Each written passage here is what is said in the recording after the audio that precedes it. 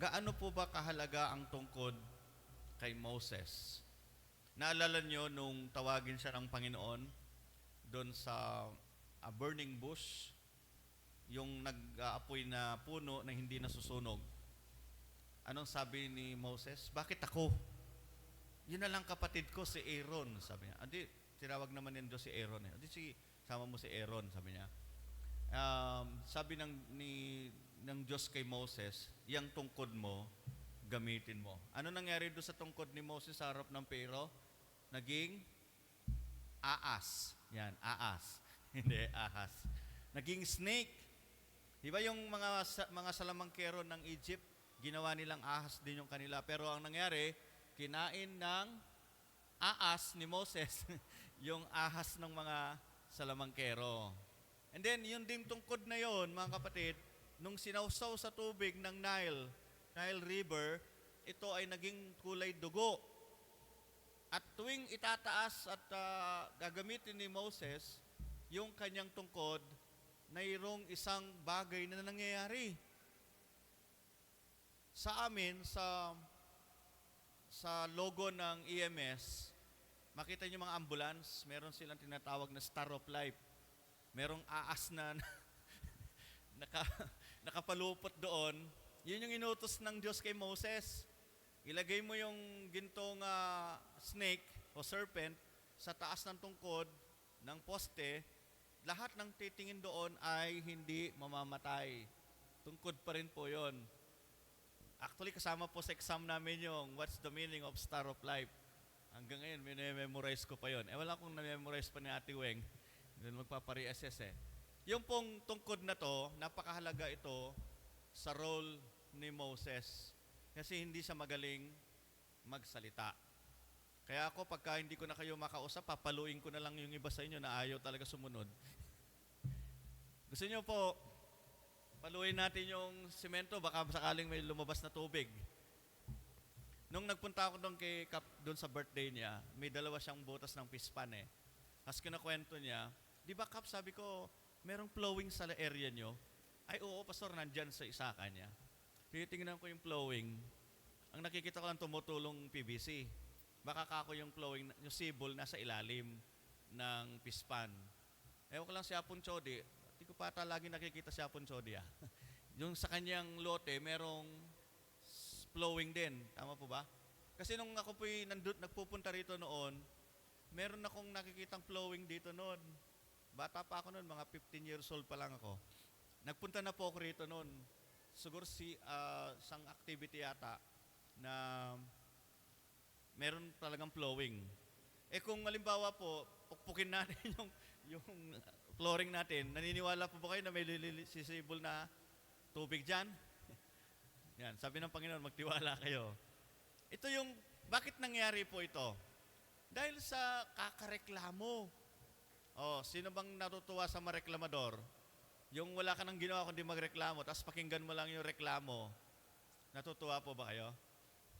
Nasaya ba kayo na nakakarinig kayo lagi ng reklamo? Ultimong ihi ng butiki, nirereklamo.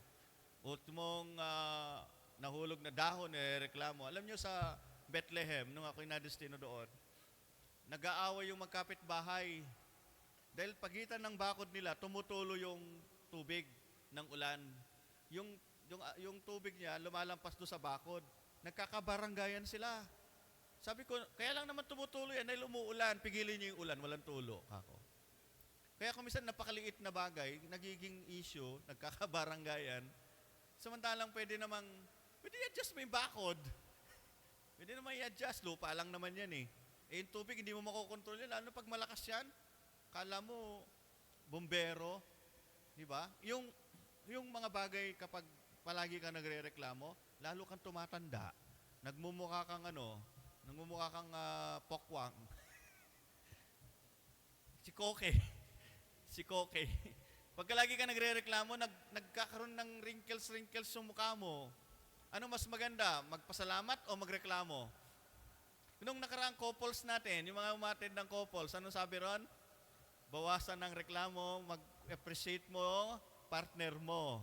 Kahit nag-makeup siya at lampas-lampas yung lipstick niya, sabi mo, ang ganda mo naman, sumobra yata yung ganda mo. Mag-appreciate mag-appreciate ka kaysa naman magreklamo. Okay? So, umattend kayo ng couples sa, kailan tayo? Second Sunday, di ba? Second Sunday. Okay, doon tayo kila Brother Joey. Yan, doon sa inyo ang couples pala. Nakalimutan ko i-announce. Di ko alam kung second o third. Okay, so second tayo. Okay, so ang dahilan kung bakit pinukpok ni Moses yung bato sa bundok ng Horeb, itong mga Israelita, pagkatapos nilang kumain ng tinapay na mana at ng mga pugo, yung niluto yata ni engineer kagabi, sinigang na ibon daw yung manok. So, pagkatapos nilang matikman yung masarap na pugo at mana, ay nauuhaw sila, natural. Pag nauuhaw ka, magrereklamo ka. Sino ba naman taong hindi umiinom tapos natutuwa pa siya? Water is very efficient at very valuable sa ating katawan. Na kapag nawalan ka ng tubig sa katawan, pwede kang ma-dehydrate, lagnating ka, pwede kang magkaroon ng dehydration, mamatay ka. Water is necessity in our body because our body composed of 60% of water. Ngayon, ang problema, wala namang problema doon sa tubig Kung yung mana, yung pugo, yung aliging ulap sa umaga, haliging apoy sa gabi, tapos meron yung protection ng Diyos sa kanila na ibibigay niya, how much more is water? Kaso, ang problema sa mga Israelita, instead that they will pray, they will ask, they crumbled. Nagkaka-quarreling sila. Kaya ang tema natin ngayon, quarreling and tested. Maraming mga Israelita, hindi nila nagagawa yung magpasalamat na meron sila. Pasalamat sila, umalis sila sa Egypt sa pang-aalipin ng mga Ehipto. Salamat sila, hindi sila namatay nung hinabol sila sa Red Sea o dagat na tambo. Pasalamat sila, hindi sila naiinitan, merong cloud sa umaga. At paggabi, hindi sila nilalamig, meron silang pillar of fire. Tapos nung humingi sila ng karne, binigyan sila ng pugo. Ako nga, kakahabol ng pugo, akong nahabol na pugo. Kabibilis kayang tumakbo ng mga yan. Lalo na pag ang misis, hinahabol yung mister, kabilis din tumakbo. Pag may dala-dala kang palo-palo. Yung mana, alam niyo yung mana? Ito'y bread from heaven. Napakasarap ng tinapay na galing sa langit. Hindi galing kay mulawin. Yung tinapay na ito, kapag sinabi ng Diyos, mag-ipon kayo ng maghapon lang, kinabukasan sira na, uuurin na. Pag sinabi ng Panginoon na mag-ipon kayo hanggang bukas, hindi nasisira. Yun yung tinapay na nagbibigay ng kalusugan sa tao, malinis. Samantalang yung tinapay natin sa panaderya, hindi mo alam yung ginamit na sangkap doon may iba-iba. Tapos yung pawis pa ng panadero. May nahulog pang Diba? Buti na lang walang panadero dito. yung tinapay na kung saan mga kapatid, binigay ng Diyos. Kaso nung nauuhaw sila, mas marami pa yung reklamo kaysa manalangin sila. Di ba ganyan nangyayari sa atin? Mas marami pa yung reklamo natin kaysa sa manalangin tayo. Mas marami pa yung worry. Siguro wala na tayong mabubuhay na tayo. Marami nang mangyayari sa atin. Yung advance kang mag-isip. Nawalan ka lang ng bigas, sasabihin mo, paano na kaya ako? Kung mamatay ako, wala ka lang bigas, bigla ka na lang mamamatay. Ano yun? Instant food. Yung sinabi lang ng sir mo sa trabaho mo, baka matanggal ka sa trabaho. Bigla mo na lang naisip na ako, matatanggal na ako sa trabaho. Sabi lang niya yun, para magkaroon ka ng reaction sa sarili mo na magbago. O kaya yung mga bata naman, sabi ng nanay niya, anak mag-aral ka o hindi na kita pag-aaralin. Naisip na niya, Rago, hindi na ako mag-aaral, magbarkada na lang ako, mag-iinuman na lang ako sa kanto. Sabi lang ng nanay mo na mag-aaral ka mabuti kung na iniisip mo. May mga ganun. Advance tayong mag-isip. Parang technology. Pisan sa buhay ng mga tao, pinaparanas ng Panginoon na mauuhaw sila para makita ng mga taong ito, kailangan nila ang Diyos. They have everything, the food, shelter. Wala nga lang silang sariling bahay kasi 40 years sila sa wilderness. Alam niyo kung bakit 40 years? Sa totoo lang, sabi nga ng mga preachers mula Egypt papuntang Kanaan, yung tinatawag nilang Kanaan, is 1 week lang na walk. But they roam around 40 years. 3 generation pa yung nawala. At yung nakapasok lang sa promised land ay yung mga apo nung lumabas sa Egypt. Kaya sila ganun, mga kapatid, dahil itong lumabas sa Egypt na ito, mga mareklamo. Kaya tingnan nyo, nung bandang huli, pinatuklaw sila sa aas. Sa mga snake. Sige, nabusit na yung Panginoon eh. Akala nyo po ba, di nabubusit ang Panginoon? Kapag ikaw nagpe-pray ka, puro reklamo yung prayer mo, huwag ka na mag-pray. Pag nagpe-pray po tayo, naghihingi tayo sa Panginoon, humihingi ka. Huwag mo na yung reklamo, Panginoon, bakit mo ako binigay ng asawang ganito kapangit, yung ugali. Huwag kayong magpe-pray ng ganon. Binigay talaga sa ni Lord sa iyan. Kaya binigyan ka ng trabaho. Lord, bakit naman ang trabaho binigay mo sa akin? Napakarumi, napakahirap. Magpasalamat ka, may trabaho ka. Hindi lahat ng tao may trabaho. As bigay mo, sabi mo, bakit Lord binigyan mo ko ng bahay, tulo-tulo, mas marami pa yung tulo sa loob kaysa sa labas. You have to be thankful in everything. Di ba sabi ni Paul, sa lahat ng pangyayari, ipagpasalamat natin sa Diyos. Nung sinabi na ni Moses, actually, yung mga tao reklamo, pero si Moses ang nag-sample. Sabi ng Bible, taimtim siyang nanalangin sa Panginoon. Ang sabi nga, hindi siya nagsabi sa Panginoon na, Lord, tinan mo itong mga taong binigay mo sa akin. Ang ayos-ayos ng buhay ko doon sa aking biyanan. Tinawag-tawag mo ko, nagpapastol ako ng mga tupa. Tapos bigla mo kong tatawagin, ito lang pala yung pangungunahan ko bansa. Hindi siya nagreklamo ng ganun. Pero sabi ng Bible, sa teksto natin, taimtim siyang nanalangin.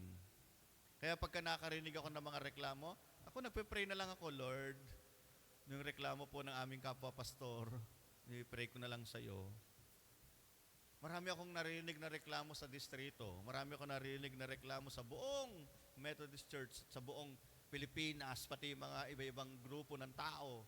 Ngayon, pinireklamo nila yung kinidnap ng AFP, pinireklamo nila yung Socorro, pinireklamo nila yung krudo, pati na yung bugas. Marami tayong narinig na reklamo sa labas. Pati ba naman sa loob ng bahay, may ganun pa? Siguro sa loob ng bahay, ganito na lang sabihin ninyo. Pag wala kayong bigas, ganito, anak, wala tayong bigas ngayon, mag-fasting tayo. Pag walang baon, Nay, meron pambili ng may babayaran kami, anak. Wala akong may bibigay sa iyo ngayon, pero mag-pray tayo at ibibigay ni Lord. Di ba mas maganda pakinggan? Kaysa noon, Nay, tay, meron akong babayaran sa school. Manahimik ka! Puro ka na lang hingi. Di na ako magkatagwaga, nakakalabarito, nakakalinis ng mga damit ninyo. Ganun. Ang daming ka pang sasabihin, hihingi lang naman ng pambayad. Di ba minsan, di ba ko lang sa mag-asawa, kayo mga partner dito, hihingi lang ng kiss. Pwede bang makakiss? No, magligo ka muna. Kung ano pinagsasabi mo, kikiss ka lang naman. Di ba? Tanong lang, nag-kiss na po ba kayo bago kayo lumabas ng bahay, yung mga aalis? O nakalimutan na naman yung ating lesson sa couples. Yan. Okay, so, mga kapatid, yung reklamo, bawasan natin. Yan ang isa sa mga bagay na nakapipinsala sa ating ugnayan, sa kapwa at sa Diyos natin.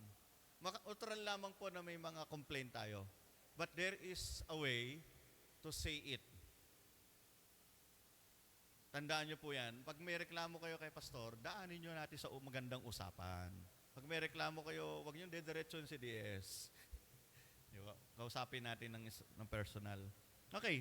Sabi nung ng Bible natin, taimtim na nalangin si Moses. And then, sabi ng Diyos sa kanya, magsama ka ng ilang pinuno. Mauna kayo sa mga Israelita, hantayin ko kayo sa ibabaw ng malaking bato. Ibabaw ng malaking bato. Pagkatapos, hampasin mo o struck yung tungkod mo, sabi niya, this one, pero hindi ito. At pagkatapos, bubukal ang tubig. The instruction is clear. Sabi niya, mauna kayo. Magsama ka ng ilang pinuno. Ibig sabihin, hindi niya sinabing, Mauna ka na doon, bahala ka na sa buhay mo.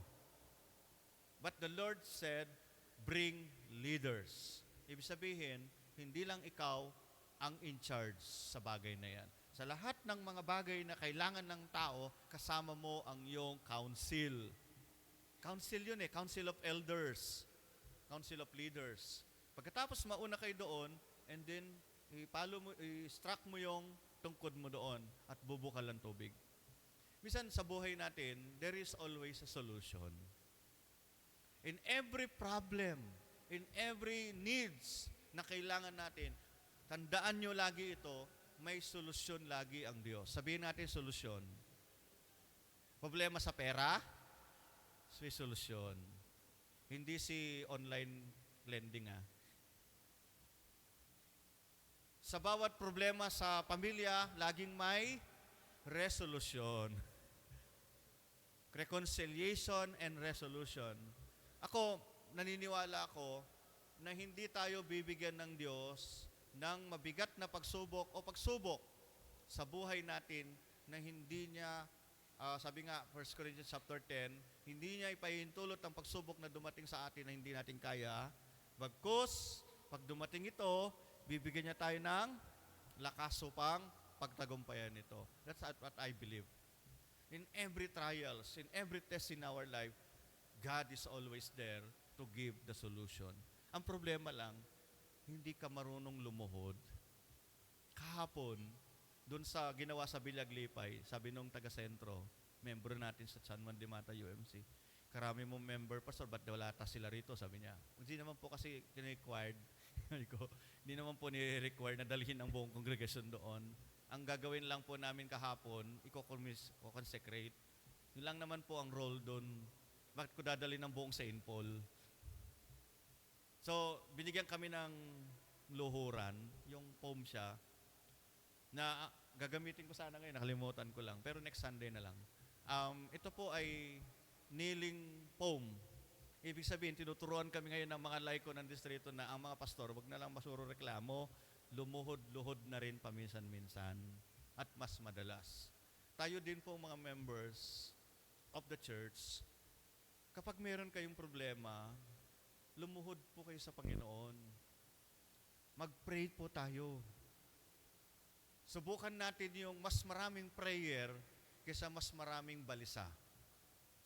Yung laging nasa isip mo laging kulang, wala, ganito, ganyan, ganyan. Bakit hindi kaya tayo pumasok tayo sa kwarto? Isara natin yung pinto. Lagyan nyo ng no disturbing. Tapos mag-pray kayo. Kesa naman dun sa ibagsak mo lahat ng kaldero, yung mga kawali, yung mga baso, dahil sa dami ng problema mo, sawa ka na sa buhay, gusto mo nang bitinin yung lubid ng kalabaw. Kesa gumanon-ganon tayo, sabi ng Panginoon, ask in my name and it will be given to you. Humingi kayo sa aking pangalan at ipagkakalob sa iyo ng Diyos sa langit ang iyong kailangan. Kaya nga merong in Jesus' name. Kapag nagpe-pray si Kuya Arnold sa GC natin, lagi tayong nag-aamen. Because yung salitang amen, sumasang-ayon tayo sa panalangin niya. And we have also our own prayers. Ako, mas mahaba ang prayer ko. Alam niyo kung bakit? 2 page. Nandito po lahat. Kahit na bura-bura na po yung iba. Talagang, ang gusto kong mangyari sa Panginoon, yung hindi lang siya yung binubuka ng bibig, kundi talagang lagi ko sinasabi sa prayer ko na, Lord, wala akong magagawa rito. Sa iyo lamang po ang kasagutan. Kaya pinagmamasdan ko tong tungkod na to, sa bawat buko niya, alam ko, bayog ito sa bawat buko nito, ganun din po ang bawat buhay ng tao. May kanya-kanya tayo ng stages of life. Siguro ngayon tong bukong ito, ito yung panahon na madali pa yung problema natin. Tapos biglang lumaki yung problema natin. Pero tandaan ninyo, ang tungkod ni Moses, ang ginamit ng Panginoon para lumabas ang bukal. Ang problema lang, nainis si Moses. Alam ng Diyos yun. Hindi dahil pinalo lang niya yung bato. Ramdam ng Diyos yung burden ni Moses sa mga taong kanyang pinangahawakan. Meron talagang leader na gano'n, yung sobrang Halimbawa, pinipetisyon ka na, madami pang reklamo sa'yo, dami ng mga bagay na ginagawa sa'yo. Siyempre, meron talagang emotion yun eh. Kala alam ng Diyos yun, emotion ni Moses. Kaya nga, ang problema kay Moses, nung papasok na sa promised land, hindi siya nakapasok. Kasi, sabi nga nung mga tarpaulin pag may burol tapos na ang kanyang lakbayin. Kaya ako pag natapos na yung lakbayin ko, ang panalangin ko, lahat kayo papasok sa langit. Di bali nang nandun lang ako sa entrance. Basta ako, matapos ko lang yung lakbayin ko. Yung tipong hindi tayo madadaig ng anumang problema. Yung kahit na dumating pa ang napakaraming pagsubok sa buhay natin, sasabihin lang natin, my God is greater than the problems. Kahit na simlaki pa ng bundok ng arayat, ang lahat ng pagsubok sa buhay natin, tatandaan natin, sa likod ng bundok na yon may malaking Diyos. Na kapag nanalangin ka, pag nagtiwala ka, hindi ka bibiguin ng Diyos. Ano sabi ng Diyos? Ang sabi ni Moses sa mga tao, magtiwala kayo kay Yahweh. Magtiwala kayo sa Diyos. Yun ang ginagawa ni Satanas. Tinatanggal niya yung tiwala natin sa Diyos. Kaya kung minsan, tinan niyo si Job, nawala na yung ari-arian niya, namatay yung kanyang mga anak. Sabi ng Jamblo, di pa siya natutuwa. Kaya lang naman yan, di na nawawala sa iya kasi buhay pa siya eh. Subukan natin saktan niya kung di ka ganun siya. Lagi siyang, pagkatapos ng isang problema, dadagdagan pa niya, mas masakit pa. Kasi gusto niyang maalis yung tiwala natin sa Diyos. Gusto niyang tanggalin yung pananampalataya sa Diyos, gaya ng ginagawa ng China ngayon. Gusto niyang baguhin ang Bible para mawala ang faith natin kay Jesus. Ganon din ang ginagawa ni Putin. Tinatanggal nila ang faith ng Christianity. That Jesus is the Savior of the world. Ang sinasabi nila na ang communism is the Savior of the world. Mga kapatid, kaya nga sabi ko kanina, kayo na sumampalataya na sa Panginoon, mag-ready kayo sa sarili ninyo. Magpakatatag tayo. Magpakatibay tayo. Kasi sa totoo lang, after this life, after nitong panahon na kalagayan natin ngayon, merong naghihintay sa atin na isang buhay na sagana at buhay na walang hanggan. Yung mga ginagawa nyo ngayon na mahihirap, yung nahihirapan kayo, temporary lang yan. Samantagal lang yan. They will not last forever. Yung mga karamdaman na cancer o ano pa man na nasa atin, pansamantala lang yan. Yung pinakamimikhiin natin sa buhay ay yung magkaroon tayo ng buhay na walang hanggan. Yung manatili tayo sa buhay kasama ang Diyos. Itong tungkod na to, bahagi lamang po siya ng pagtuturo ng Panginoon sa mga Israelita. Magtiwala kayo sa Panginoon. Bubukal ang isang tubig na nagbibigay buhay. Sino po yon? Ano sabi ni Jesus? I am the living water. Uminom kayo sa akin at hindi na kayo mauhaw kailanman, at sino mang sumusunod sa akin na hindi na mamamatay kailanman. Yun po ang panghawakan natin. Let us hold on our faith. Our faith. Wag fake ha? Wag fake. Faith. Metodista ako, Kristiyano ako, mananampalataya ako, kay Kristo ako nakasalig. Hindi kung saan, hindi kung kani-kanino. Ipagtiwala mo ang sarili mo sa Panginoon. No one can hold your life. That only Jesus can hold our life. Ano sabi? Gawa 4:12, walang ibang pangalan na sukat ikaligtas ng tao kundi ang pangalang Jesus. Jesus is our Savior and He is the one who can save us. Kaya mga kapatid, sa panahon ng World Communion, we acknowledge yung faithfulness ng ating mga kapatid. Marami na pong mga Kristiyano ang namatay sa pananampalataya. Pasalamat lang tayo, wala tayo sa panahon ni Nero, panahon ng mga Kristiyanong ipinako sa krus. To 3 kilometers, nakapako lahat sila sa krus. Marami tayo sa mga panahon ng tinatawag na pinapatay ang mga pastor, pinapatay ang mga Kristiyano sa bawat church, sinusunog yung building. Sila ay naging tapat sa Panginoon. Tayo po, kung sinampal ka ng mga tao na kalaban natin or yung nagpe-persecute sa atin, minura ka, sabihin mo, peace be with you. God loves you. Kasi alam nyo kung bakit? Kasi hindi nila kayang patayin ang ating spiritual na kaugnayan sa Diyos. Masasaktan nila itong katawang ito. Dalagyan nila ng virus, yung kumakalat na virus. Pero hindi nila mapapuputol ang kaugnayan natin sa Diyos. Ako, nakahanda ako sa ganun. Nakahanda ko na time will come, the end will come, that destruction will come. Alam niyo po, ang gera na mangyayari sa panahon, inoproject na nila, hindi na po labanan ng kanyon at baril. Laser na po at nuclear. Isang bagsak lang ng nuclear, the city will devastated. Ganun po katindi ang labanan, kung sakali. Pero before that will end, ang sabi ng Bible, lahat ng mananampalataya ay ra-rapture na po. Pray natin, wag sanang mangyari pa ngayon. Pag-pray natin, wag sanang itong mangyari sa atin. Kung po pwede lang. Pero kung ito ay kalooban na ng Diyos, lagi ko pong sinasabi ito, magpakatatag tayo. Umiyak ka kung kailangan mo umiyak.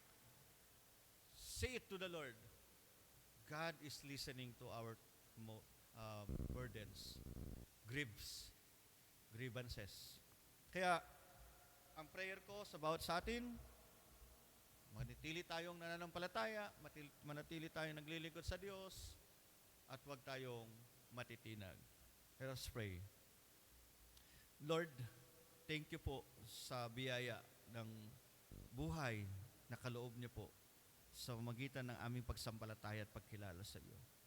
It's not about our good works, kundi dahil sa aming mga gawa, hindi dahil sa aming mga aksyon, kundi dahil sa biyaya, pagpapala na kaloob na po sa amin. Tulungan mo kaming maging matibay, matatag, at laging tumingin ng bagay na pwede po naming ipagpasalamat sa inyo.